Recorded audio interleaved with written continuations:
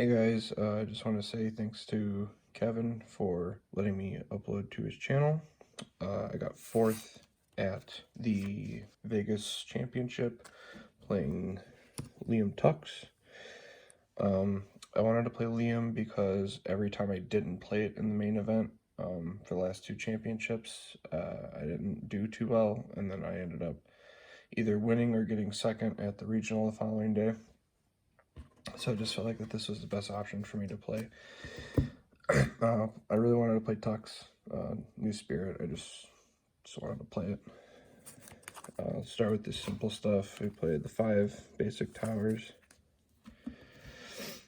We played 6 shards, 3 cryptic crystals, and Corona. The cryptic crystals were helped a lot. There was a time in round 5 when I played John Ball that I played the Corona or the Cryptic Crystal and saw the second card off the top of my deck was a Skandar, so I was able to put that on top and then try to dig for it with some calibers, and eventually ended up getting there and ended up winning the game because of that. So long story short, Cryptic Crystal was probably one of my favorite things about the deck. So we'll start off with the main deck. Start with the Argent cards. I only played 2 Bone Scavenger. I didn't expect a lot of Urgon there, even though a lot of people in the groups were talking about Urgon Tux. I just think that people are trying to play too much like set 1, where they're trying to just win in game 1 and just stall out like that. The problem is there's no good way to sacrifice Eccentric right now, like generically. So if you're playing against a good opponent and they either can just keep your visitor on board, you're not going to be able to Tux loop them. And against other control decks, it's not very good because most of those decks are playing Watchwoman. And one of the inherent outs to that Tux loop is if you're playing Kite, you get to play Watchwoman and Great Hawk, which just gets past it every turn. But that's why I want to play Dubone Scavenger. I just didn't think Urgon was going to be that prevalent at the tournament. Obviously, 3 Repro this card supplements you having to not play as many units in your deck because it creates 2 free units every turn. I don't really have to explain this card. Played 2 Eccentric Visitor. Back to the whole idea of Tux looping. Tux is really strong. It's a very good defensive card, but when you're able to use it offensively, I feel it's even better. Making sure that your attacks can go through when your opponent has a field full of Guardians. Making sure when you're ahead that you get to keep applying pressure on your opponent by stunning them to prevent them from doing anything on their turn is very strong. That's how I won most of my matches. I got ahead, and to keep that pressure on, I would just stun them and prevent them from being able to do anything during their turns, really, to proactively get through what I had on my board. For the blue cards, 3 Azure Seer. Looking at the top card and deciding whether or not you want to add it or not or keep it there is very strong with this deck. If you're going to be top decking a gear, typically, unless it's dagger and you need dagger, you're always putting the gear on the bottom.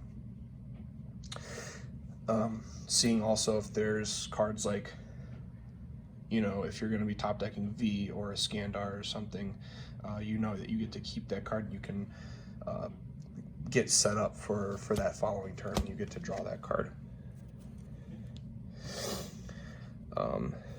3 Serpent's Breath and 3 Mizu. So as I was playing, I found that these cards, honestly, they are really good, but typically you'd think that you want to be using these to clear Guardians and stuff. I actually found it far more useful to keep these cards to try to protect your Bone Scavenger, or not your Bone Scavenger, your mutation, because that's the issue that this deck has, is that once you don't have a mutation, it's very hard to keep the pressure on with this deck, because that's the card that supplements you not having a lot of units. John Ball agreed that in our game 3 of top 8, the only reason I won was because I had double Ancient Serpent's Breath to try to protect my Repro Bloom, and it forced him to use his Corona Shard to kill it the second time. So being able to protect your own Repro Bloom while making tokens off of it, or just getting rid of the Guardians that are trying to stop you, is just really good. The 10th blue card was Juggernaut. It seems like that's not really the card you should be playing as your 10th blue card, but it's an attacker that they can't do anything about on their turn. The only way that they're getting rid of this card is with like Chronostasis or Finishing Ray, because they just can't do anything to it, or unless they have Shade and they target attack it. It's just nothing you can do about this card.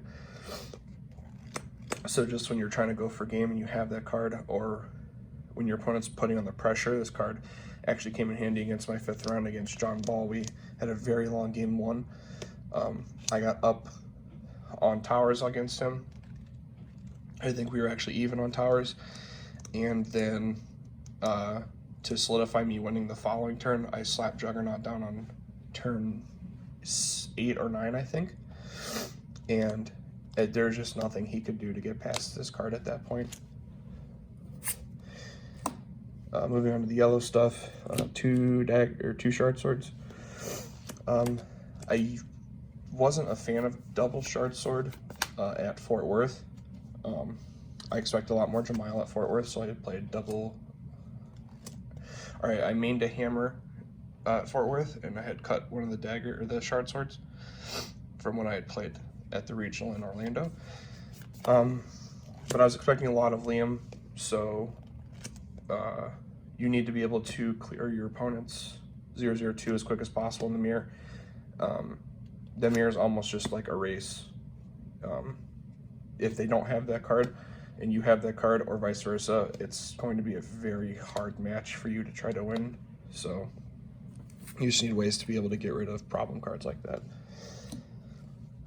3 Squire, it's the best yellow 1-drop that we have right now. Being able to search Shard Sword without having to waste your Liam search on it is very good.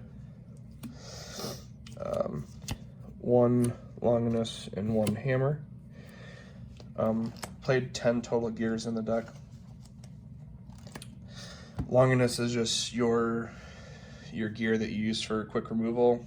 Versca is what threatens boards with lots of blockers. It's very good when you get to equip it on Yuki. They immediately have to answer the Yuki, or their whole board of blockers is just getting cleared, because you can just target attack everything and then clear it. Obvious cards now are 3 Caliber, 3 Dagger, and 3 War Room. So these cards really just don't need any explanatory or any explanation, really. So a lot of this deck just doesn't need explanation. 2V, this card is very, very good. I'd probably go so far as to say this card probably should just get banned right now.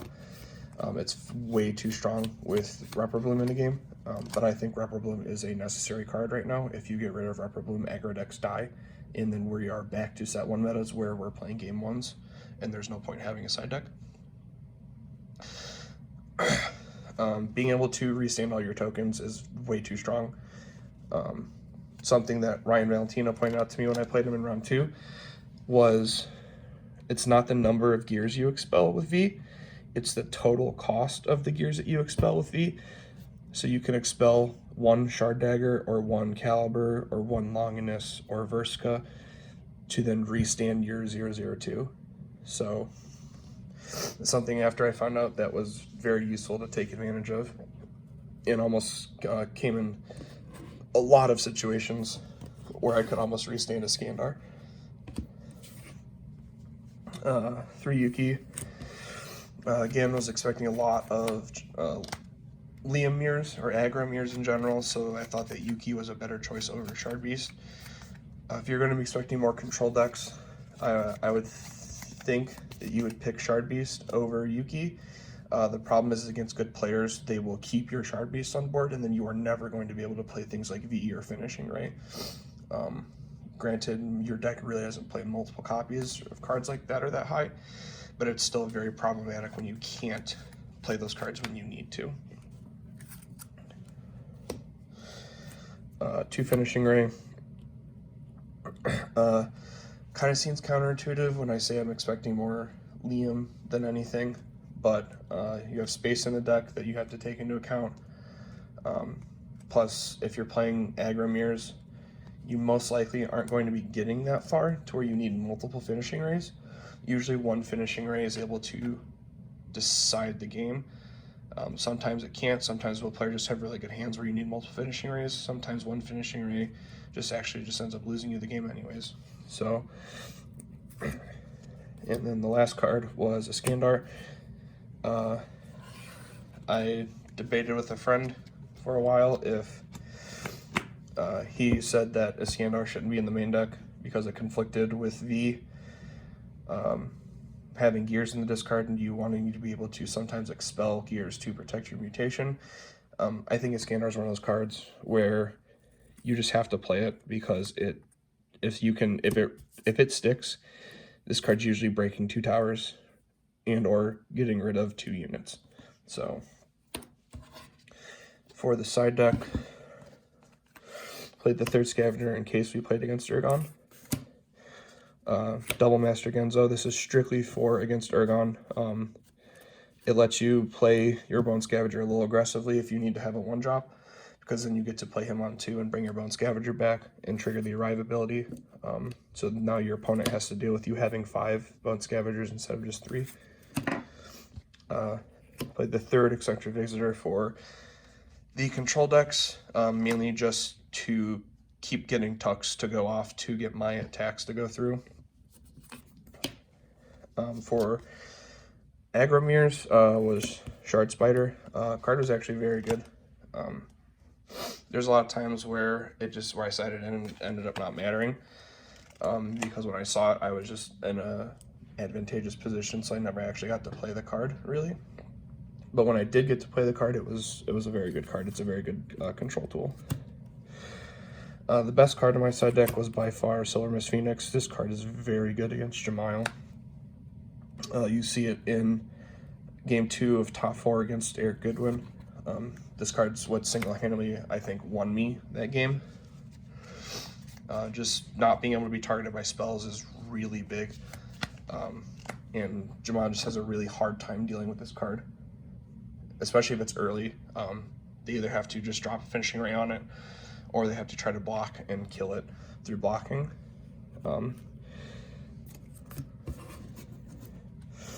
The blue cards I cited were 2 replacement cards for Juggernaut in matchups where Juggernaut's not very good. The first card is thanks to Eric Goodwin. It's Jamail, Celestial Wielder, strictly for any hand control decks, because Liam does, even with Liam Tucks, you being able to draw when you break towers, it has a hard time keeping card advantage in hand. So against decks that are very oriented on hand control, it's very nice just being able to draw until you have 5 cards in your hand. Against the control decks, I would take out the Juggernaut and put in Stormcaster. It's another destroyer, and it puts 2 cards on the bottom of their deck. So either it gets rid of the Guardians for the turn that you're trying to push through, or it gets rid of units that are being problematic for you at the current moment, whether or not they're Guardians or not. The worst card probably in my side deck was Nova. I think if you're playing Liam Tucks, you don't need this card at all. You have ASB and Mizu. I don't think this card is warranted at all in Liam Tucks. I don't know what I would put in the side deck in place of it, but I definitely would take these cards out moving forward with Liam Tucks. The second copy of the Hammer for control decks with Guardians, and then the third copy of Finishing Ray for again control decks that just put lots of Guardians on the board that you have to push through. So that was my Liam Tucks deck. I played at Vegas, got 4th place. Unfortunately lost in top 4, and then lost my 3rd place playoff against Vinny. Congratulations to Phil Eric and Vinny on first, second, and third respectively. Thank you to Eric Goodwin for the deck list, mainly the main deck and some of the choices for the side deck. Hopefully I'll be able to see everybody at Dallas. It might not happen just because of some of the timings for the flights and how expensive the flights are. Same thing with Hartford. I'm trying to go, but flights right now are just very expensive.